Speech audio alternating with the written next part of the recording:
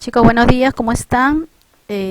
Nosotros continuando con los temas a desarrollar por este medio a causa de los grandes problemas que tenemos en nuestro país y a nivel mundial.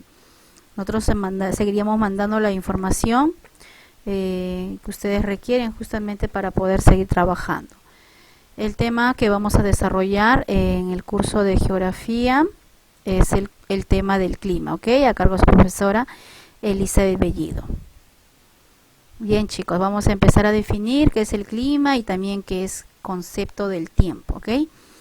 A ver, con respecto a las condiciones atmosféricas y a su observación es necesario distinguir dos aspectos a menudo confundidos, ¿no? En nuestro idioma cotidiano, que es clima y que es tiempo. Muchas veces lo utilizamos expresiones como el clima ha cambiado o el clima está loco, ¿no? Para referirse, por ejemplo, a una repentina frialdad o a una intempestiva llovizna que tenemos en la costa central.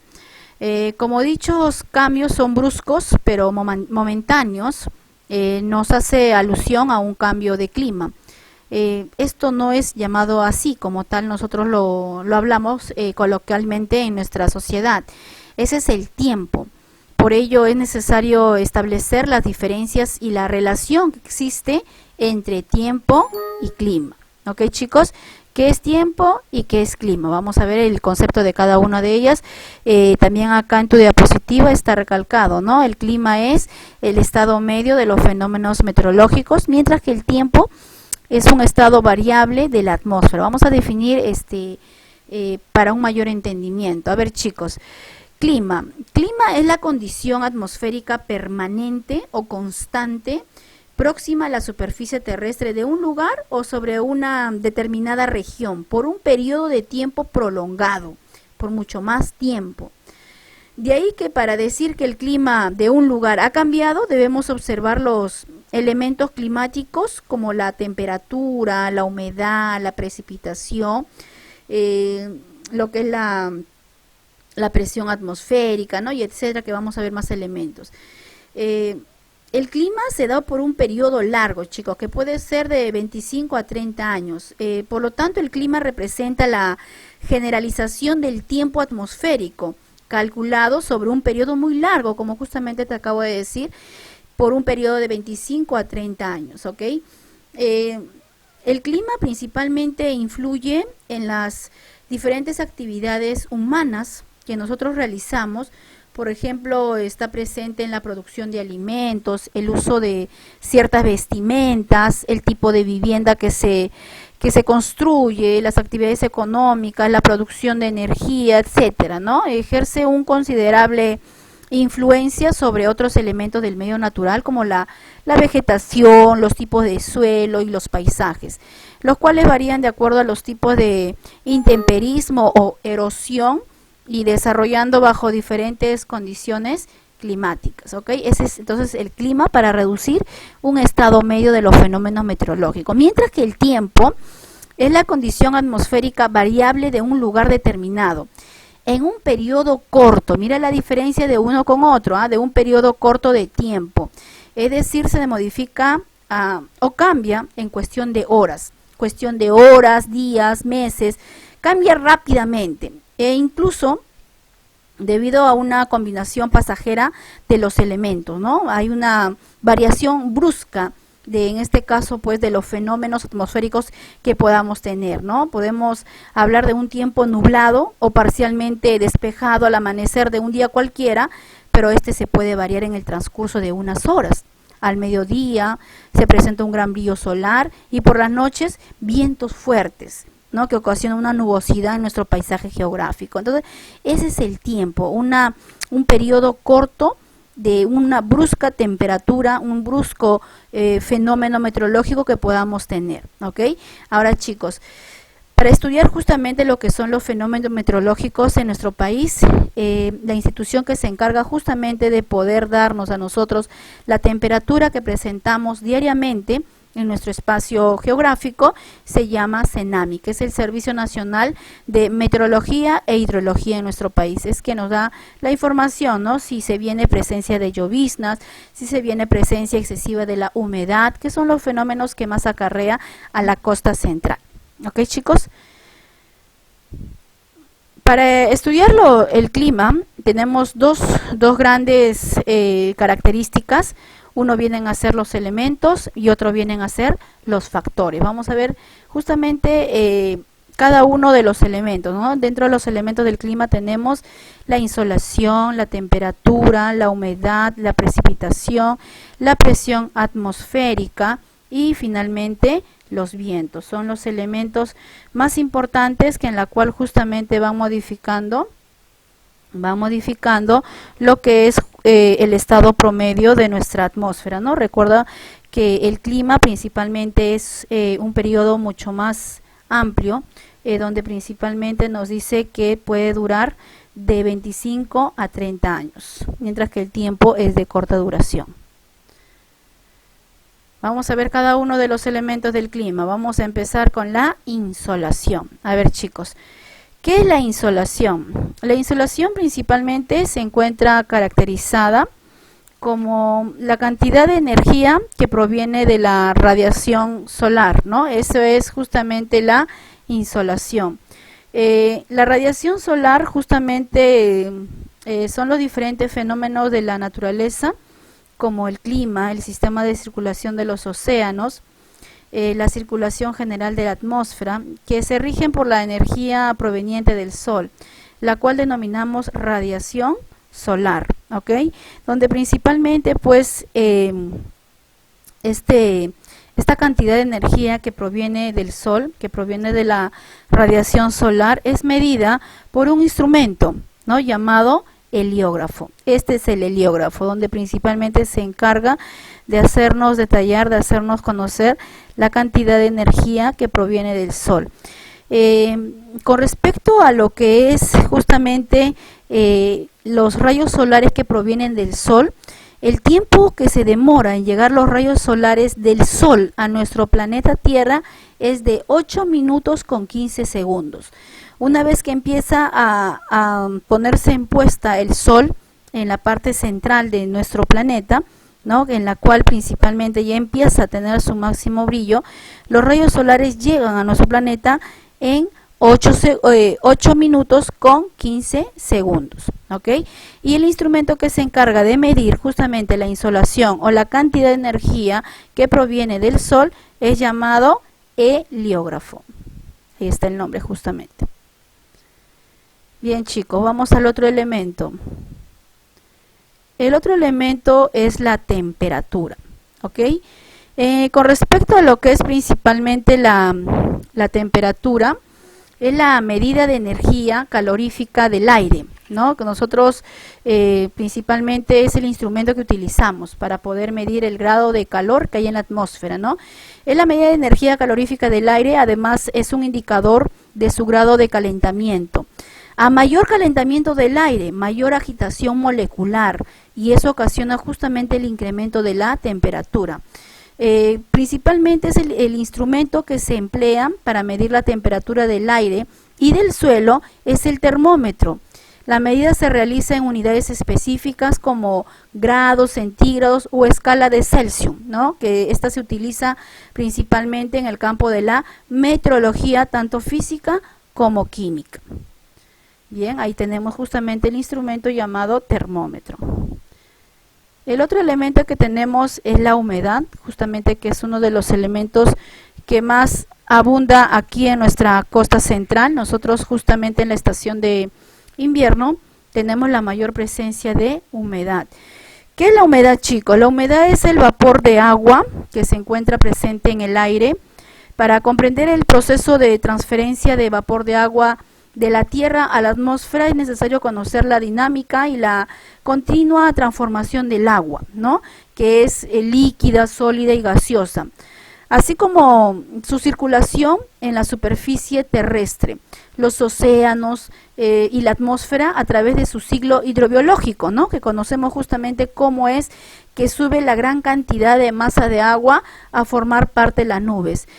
Todo este proceso inicia con el incremento de la temperatura de las masas de agua, ¿no? A mayor temperatura, la gran cantidad de masa de agua que tenemos aquí en la Tierra, como océanos, mares, lagos y ríos, van a empezar a evaporarse. Y eso justamente va a ocasionar que tengamos mayor cantidad de nubes en nuestro espacio, en la cual principalmente cambia en el estado de temperatura. Ahora, chicos, el proceso de pérdida de agua en forma de vapor también se da por evaporación, o también conocido como evapotranspiración. Entonces, la humedad, tienes que recordar, como justamente acá te lo digo en términos más rápidos, es la cantidad de vapor de agua que tenemos nosotros en la atmósfera. Y esta cantidad de vapor de agua que tenemos en la atmósfera, cuando hay mayor cantidad de humedad, nos perjudica a nosotros, a los seres humanos. Estamos inhalando cada vez mayor cantidad de vapor de agua, que eso nos repercute negativamente para nuestros bronquios, que por ello justamente sufrimos de muchas enfermedades broncorespiratorias como el asma. Entonces, el instrumento que se encarga de medir la cantidad de vapor de agua que tenemos en la atmósfera es llamado el higrómetro, ¿no? Y en donde principalmente nos dice, en las zonas de mayor altitud, hay menos cantidad de humedad, y en las zonas de baja altitud hay mayor cantidad de humedad. La relación es inversa, que por ello justamente los chicos que sufren de asma, los doctores siempre se recomiendan ir a zonas de climas secas, y mayormente las zonas que son de climas secas son las zonas de la región andina. Bien, chicos, el siguiente tenemos lo que es la precipitación, ¿ok? Ahí tenemos la precipitación. La precipitación mayormente nosotros lo conocemos como lo que son las lluvias, ¿no? Más conocidas como lluvias, así es conocida la precipitación, pero el nombre geográfico correcto es precipitación. A ver, chicos, ¿qué son las precipitaciones? Las precipitaciones son las caídas de aguas procedentes del vapor de agua condensado, es decir, las nubes, en forma líquida o sólida. Pero será como que forma sólida. Cuando estamos en zonas de mayor altitud, como así en las regiones andinas, ahí las lluvias caen en forma sólida, conocida como granizo. Mientras que aquí nosotros en la costa central, en la costa sur y norte, que son zonas de baja altitud, las lloviznas, o en este caso las lluvias, caen en forma líquida, que por ello en zonas de mayor altitud la temperatura es menor, por lo tanto las lluvias o las precipitaciones caen en forma sólida. Bien, chicos, las pequeñas gotitas de las nubes principalmente se unen y forman gotas más grandes, ¿no? Específicamente son 2000 micras de diámetro, que vencen la resistencia del aire y empiezan a caer consecutivamente, ¿no? Que, como te dije, lo conocemos mayormente como las lluvias. El instrumento que se utiliza para medir la precipitación es el pluviómetro, ¿no? Que indica en milímetros de altura, justamente, o en milímetros por metros cuadrados, ¿no? Para poder medir qué cantidad de presencia de precipitaciones tenemos en diferentes regiones. Por ejemplo, como ya te dije, tenemos precipitaciones líquidas, como lo que es las lloviznas, las lluvias, los chubascos, ¿no? Que son precipitaciones de corta duración, que principalmente son más conocidos como aguaceros, y mientras que las precipitaciones sólidas tenemos como el granizo y la nieve, ¿no? Que son pequeños cristales de hielo. Bien, chicos, ¿qué más? El otro elemento, la presión atmosférica. A ver, chicos, con respecto a lo que es la presión atmosférica, también varía de acuerdo a lo que es la región, ¿no? O la zona geográfica. Cuando hablemos de lo que es presión atmosférica, principalmente se refiere al peso que ejerce el aire sobre la superficie terrestre.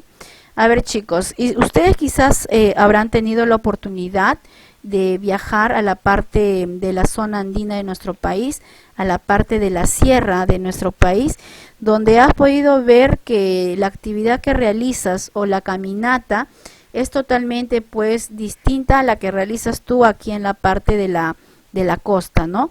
Cuando vamos a la parte de la sierra nos sentimos un poco más agitados, un poco más pesados, vemos que nos falta el oxígeno, ¿no? Que se te hace muy pesado para poder en este caso pues realizar esa actividad cotidiana, y es porque justamente el aire, aparte de ser más puro, es más pesado en la zona andina de nuestro país, que por ello principalmente esta presión atmosférica, o que es la fuerza que ejerce la masa de aire sobre la superficie terrestre, ocasiona diversas actividades y el desarrollo de los pulmones de cada ser humano, ¿no? Cuando tú vas a la parte de la sierra te falta el aire, es una zona con mayor presión atmosférica, y el instrumento que sirve justamente para medir ello es el barómetro, ¿no? Y donde principalmente con este instrumento se puede ver que en zonas de mayor altitud la presión es menor, y en zonas de menor altitud principalmente la relación es inversa. Tenemos los vientos. A ver, chicos, con respecto a lo que son los vientos, dentro de lo que son los elementos del clima, tenemos ahí que los vientos es el desplazamiento del aire de zonas de alta presión a zonas de baja presión, ¿no? Los vientos principalmente, chicos, es el desplazamiento o movimiento horizontal de masa de aire en la troposfera, justamente en la primera capa de nuestra zona atmosférica, ¿no? En la troposfera se da ese movimiento horizontal. El movimiento vertical de masa de aire puede ser una corriente ascendente o una corriente descendiente, ¿no? El movimiento de masa es importante para poder equilibrar la temperatura de nuestro planeta, ya que transporta aire caliente o frío y la humedad a diferentes zonas de latitudes, de océanos a continente o de continente a océanos. Entonces, principalmente los vientos se encargan también y son, pues, como te dije, elementos esenciales para poder variar la temperatura en nuestro espacio geográfico. Dentro de lo que son los vientos, chicos, tenemos dos instrumentos que se encargan justamente de medir la fuerza de los vientos. Uno es conocido como lo que es la veleta principalmente que tenemos ahí, que esta nos sirve principalmente para poder saber lo que es la velocidad del viento. Y para poder saber la dirección del viento. La veleta es para ver la dirección, como ves ahí la flechita en la veleta, y el anemómetro es para poder conocer la velocidad del viento, ¿no? Esos son los dos principales instrumentos: veleta para poder saber la dirección del viento, y el anemómetro para poder saber netamente, en este caso, lo que es la velocidad del viento. Ahora, chicos, con respecto a los vientos, tenemos diferentes tipos de vientos, ¿no? Que en la cual es respecto a cada continente y la ubicación que tienen cada uno de ellos, ¿no?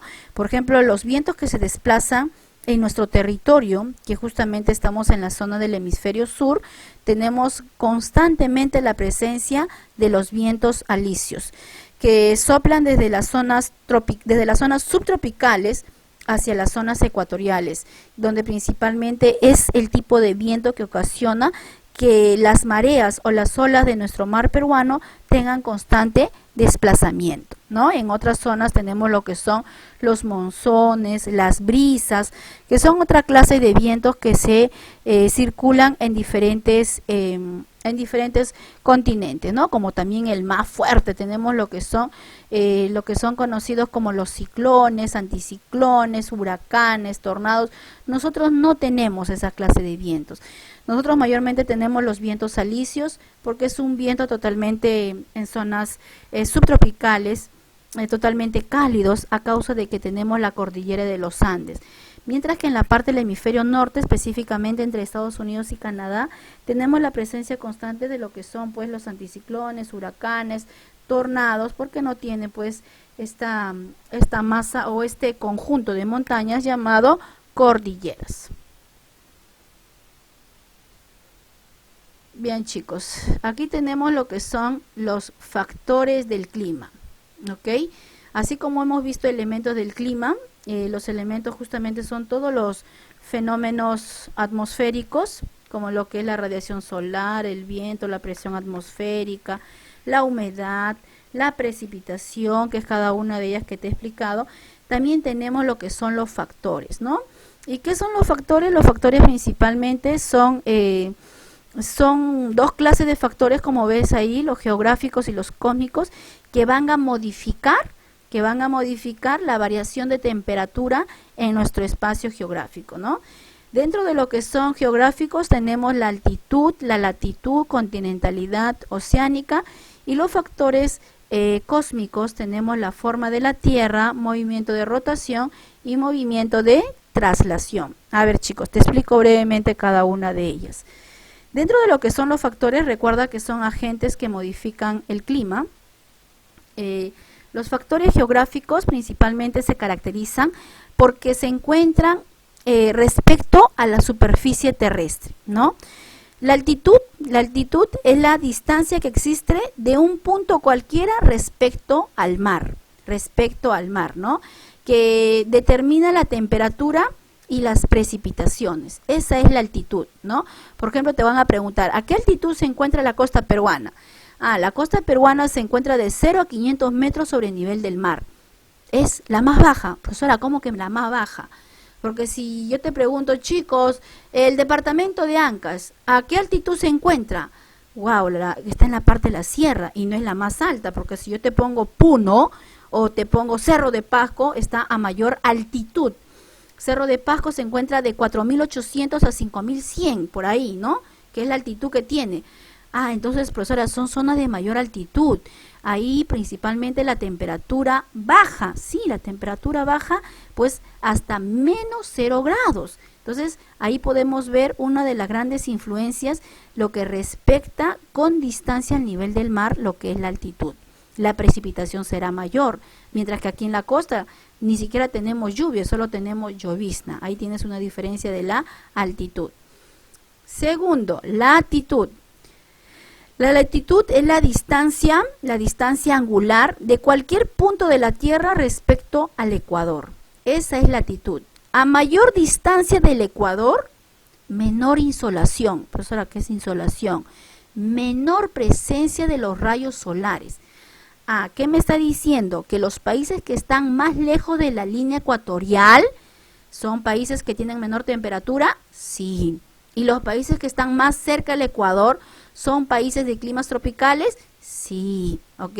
Por lo tanto, eso es la latitud. A mayor lejano, a mayor distancia de la línea ecuatorial, menor temperatura. ¿Qué más, chicos? Continentalidad. Con respecto a la continentalidad, principalmente nos dice que son lugares alejados del mar como los océanos, lagos, los cuales tienen variación de temperatura. Profesora, ¿qué quiere decir? Nosotros vivimos acá, donde está su institución, ¿no? Por lo que es justamente la zona del primer sector.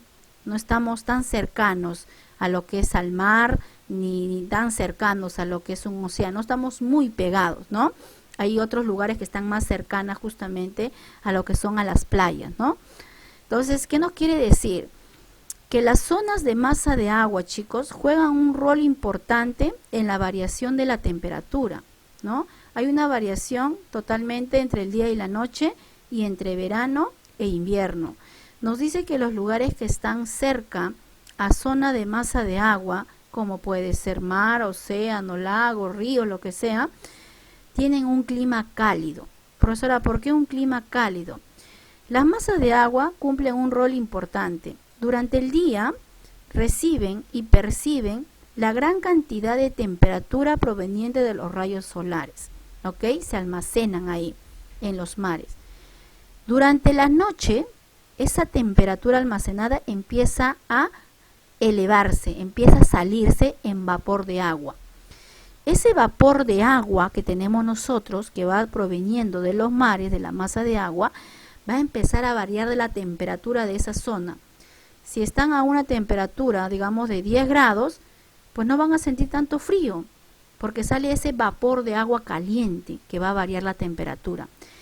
Eso es llamado clima cálido, que justamente es conocido en el campo de la geografía como continentalidad. Varía la temperatura por estar cerca a la zona de masa de agua. Ahora, oceanidad.